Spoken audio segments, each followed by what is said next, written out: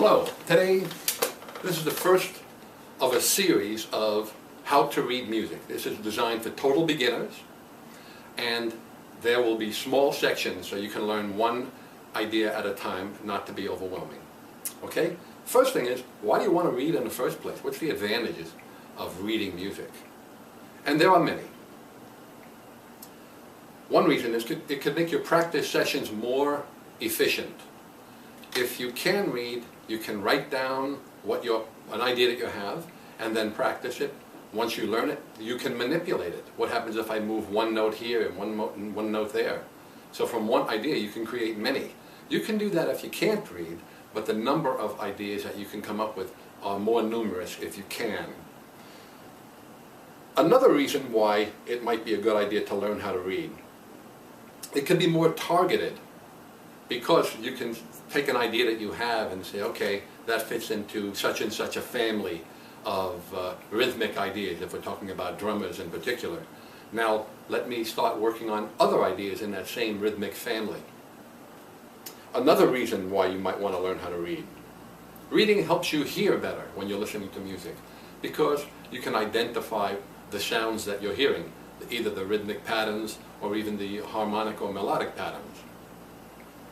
And every once in a while I'll have a student he'll be on even a more medium to advanced level, but he'll say something like, gee, I seem to be playing the same ideas all the time. I'm drawing from the same well, which is not that deep.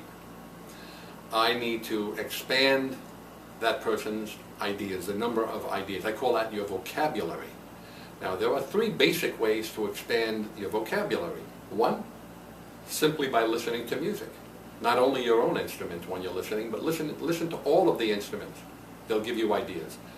A second way to get more ideas is just get behind your instrument, start playing, messing around. See what happens. But a third way is back to reading. Because if you can read, what I said before about manipulation, you can come up with many, many more possibilities just because you could read, therefore expanding your vocabulary. And finally, if you can read, later on you can get more gigs, because some gigs require that you need to read. Okay. One point I want to make before we conclude this particular section. When a person can read, it doesn't necessarily mean that person is a better musician.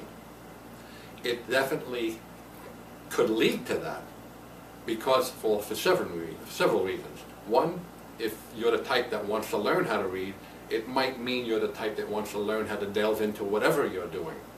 And you might inquire more, you might get more deeply involved with your instrument. But there's no correlation between if you read, you are definitely a better player. There are many players who are great players who could not read at all. And there are many players who can read well, but might not be the most adventurous players. Of course, the best thing is to have all, to be able to be a good reader, and to be adventurous, to be someone who comes up with new things, someone who has your own sound. Okay, we're going to conclude this section, and I will see you on the next one.